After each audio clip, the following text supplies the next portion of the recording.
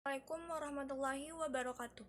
Perkenalkan, nama saya Rizkia dari kelas 12 IPA 1. Di sini saya akan mempresentasikan PPT yang telah saya buat mengenai pembelajaran bab 2, yaitu dinamika politik dan ekonomi di Indonesia pada masa awal kemerdekaan hingga demokrasi liberal. Di sini konten atau isinya itu dari bagian A, dinamika politik pada masa awal kemerdekaan hingga masa demokrasi liberal. Yang pertama ada sistem pemerintahannya, kedua kabinet pada masa demokrasi liberal, tiga sistem kepartaiannya, empat pemilihan umum pada tahun 1955, lima kegagalan konstituante menyusun undang-undang dasar. Yang bagian B-nya dinamika ekonomi pada masa awal kemerdekaan hingga masa demokrasi liberal. Yang satu, masa awal kemerdekaannya. Kedua, masa demokrasi liberal. Selanjutnya, yang setelah tadi dipaparkan di kontennya tadi, A. Dinamika politik pada masa awal kemerdekaan hingga masa demokrasi liberal. Satu, sistem pemerintahannya itu awal-awalnya sistem presidensial. Presiden Soekarno berperan sebagai kepala negara dan kepala pemerintah. Jadi dua sekaligus berperan. Selanjutnya, sistem presidensial tidak bertahan lama, maka digantikan dengan sistem parlementer. Sistem parlementer bermula dari usulan KNIP mengenai perubahan pertanggungjawaban Menteri kepada KNIP. Sistem parlementer berlaku pada 19 November 1945. Pada masa itu, KNIP berfungsi sebagai pembantu presiden.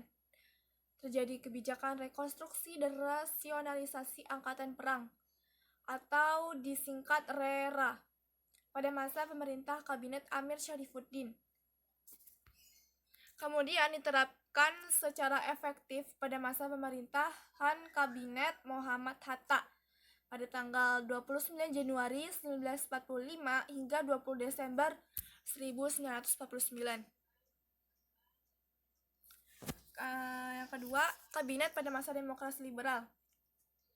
Kabinetnya ada apa aja? Yang pertama, Kabinet Natsir. Beliau merupakan Perdana Menteri pertama masa demokrasi liberal.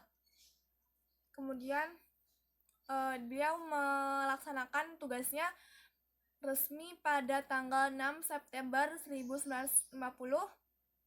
Terjadi perebutan kursi antara PNI dan Masyumi di kabinet. Pada tanggal 22 Januari 1951, PNI melalui Hadi Kusumo mengeluarkan mosi tuntutan. Pada tanggal 21 Maret 1951, Kabinet Natsir mengembalikan mandat kepada Presiden Soekarno. Yang kedua, Kabinet Sukiman. Kabinet Sukiman menjalankan tugasnya pada tanggal 26 April 1951. Penandatanganan Mutual Security Aid (MSA) pada 15 Januari 1952. Terus pada tanggal 23 Februari 1952, Kabinet Sukiman menyerahkan mandat kepada Presiden Soekarno. Yang ketiga ada Kabinet Wilopo. Beliau menjabat pada tanggal 30 Maret 1952. Kabinet Wilopo ini merupakan koalisi antara PNI dan juga Masyumi. Sistem Zaken kabinet,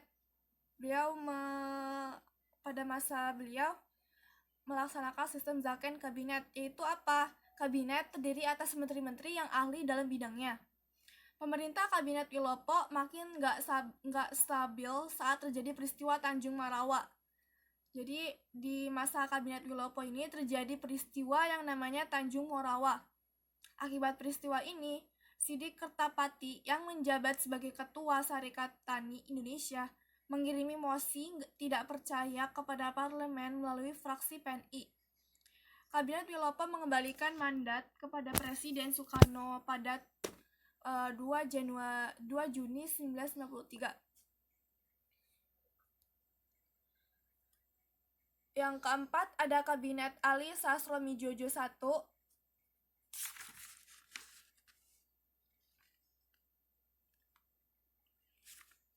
Beliau dilantik oleh Presiden Soekarno pada tanggal 30 Juli 1993.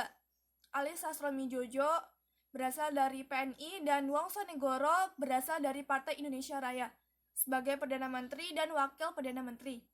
Kabinet ini dikenal dengan nama Kabinet Ali Wongso, disingkat jadi Ali Wongso.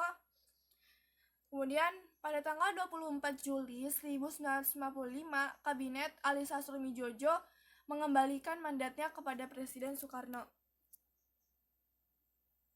Yang kelima ada Kabinet Burhanuddin Harahap.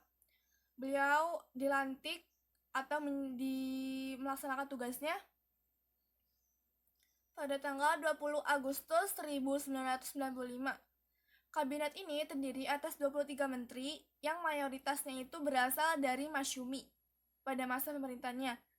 Kabinet Burhanuddin Harahap berhasil menyelenggarakan pemilu tepatnya pada tahun 1995. Pada 3 Maret 1956, Kabinet Burhanuddin Harahap mengembalikan mandat kepada Presiden Soekarno. Yang keenam, ada Kabinet Ali Sastroamidjojo II. Kabinet Sastroamidjojo dilantik Presiden Soekarno pada 20 Maret 1956. Kabinet Ali Sastroamidjojo yang terdiri atas koalisi PNI, Masyumi, dan Nahdlatul Ulama NU. Yang ke-7 ada Kabinet Juanda atau Karya. Kabinet ini dilantik pada 9 April 1957, dibantu 3 wakilnya, Perdana Menteri yaitu Hardi berasal dari PNI, Idham Khalid dari NU, dan J. Leimena dari Parkindo.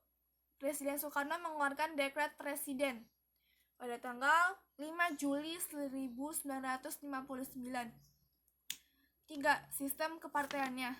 Pada masa awal kemerdekaan, pemerintah Republik Indonesia membutuhkan lembaga parlemen yang berfungsi sebagai perwakilan rakyat. Keberadaan parlemen tidak dapat dipisahkan dari partai politik. Keempat, pemilihan umum 1955. Pemilihan ini merupakan pemilu pertama di Indonesia. Jadi pemilu pertama yang dilaksanakan di Indonesia itu pada tahun 1955. Kelima, kegagalan konstituante menyusun Undang-Undang Dasar. Pada tanggal 10 November 1996, Presiden Soekarno melantik 514 anggota konstituante. Kegagalan konstituante tersebut disebabkan oleh faktor-faktor. Yang pertama, ada perdebatan berlarut-larut dalam konstituante. Kedua, adanya perselisihan antar partai. Ketiga, munculnya desakan untuk memberlakukan kembali Undang-Undang Dasar 1945.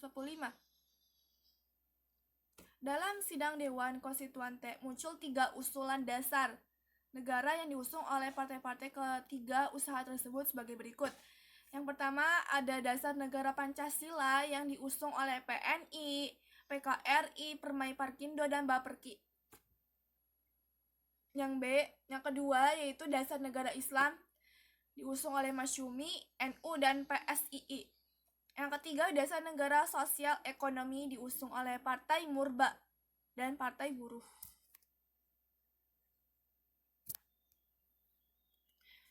B. Dinamika ekonomi pada masa awal kemerdekaan hingga masa demokrasi liberal. Yang pertama, masa awal kemerdekaan. Terjadi permasalahan ekonomi seperti hiperinflasi. Hiperinflasi merupakan kondisi ekonomi yang ditandai dengan naiknya harga barang secara cepat dan menurunnya daya beli. Itu yang disebut dengan hiperinflasi. Hiperinflasi menyebabkan nilai uang kertas mengalami kemerosotan secara berlebihan. Blokade ekonomi negara. Pada November 1945, Belanda melakukan blokade terhadap perekonomian Indonesia. Aksi blokade ini dilakukan dengan menutup pintu keluar dan masuknya perdagangan Indonesia. Jadi aksi ini itu melakukan penutupan pintu-pintu keluar dan masuknya perdagangan Indonesia agar Indonesia ini lagi tidak bisa berdagang. 3. Kekosongan kas negara. Akibat blokade ekonomi yang dilakukan Belanda, Indonesia mengalami kesulitan ekonomi. Penghasilan Indonesia saat itu hanya bergantung pada produksi sektor pertanian saja. Upaya penyelamatan perekonomian Indonesia. Adapun upaya-upaya pemerintah Indonesia adalah mengatasi masalah perekonomian sebagai berikut. 1. Mengatasi masalah keuangan. 2. Menembus blokade ekonomi Belanda. 3. Menyelenggarakan konferensi ekonomi.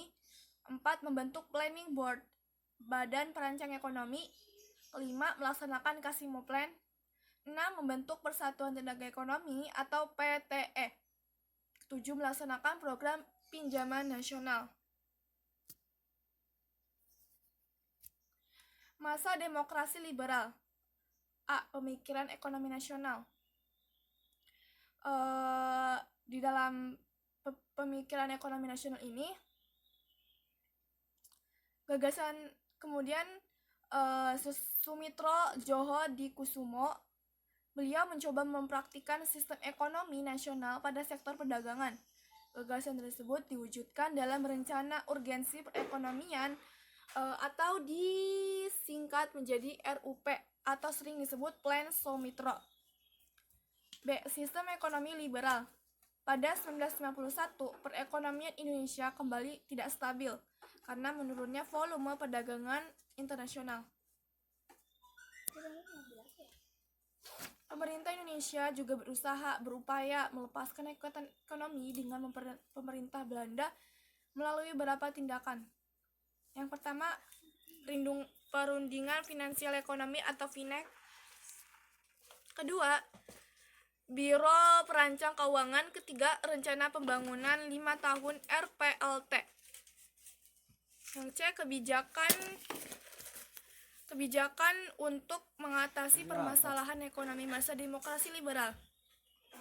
Kebijakan pemerintah untuk mengatasi permasalahan ekonomi pada masa itu sebagai berikut. Yang pertama, Gerakan Benteng. Ada Gerakan Benteng. Yang kedua, nasionalisasi perusahaan asing. Ketiga, sistem ekonomi Alibaba. Berikut tadi sudah saya paparkan mengenai bab 2, demokrasi, dinamika politik, dan ekonomi Indonesia pada masa awal kemerdekaan hingga demokrasi liberal. Selebihnya mohon maaf apabila ada kekurangan dari penyampaian saya. Wassalamualaikum warahmatullahi wabarakatuh.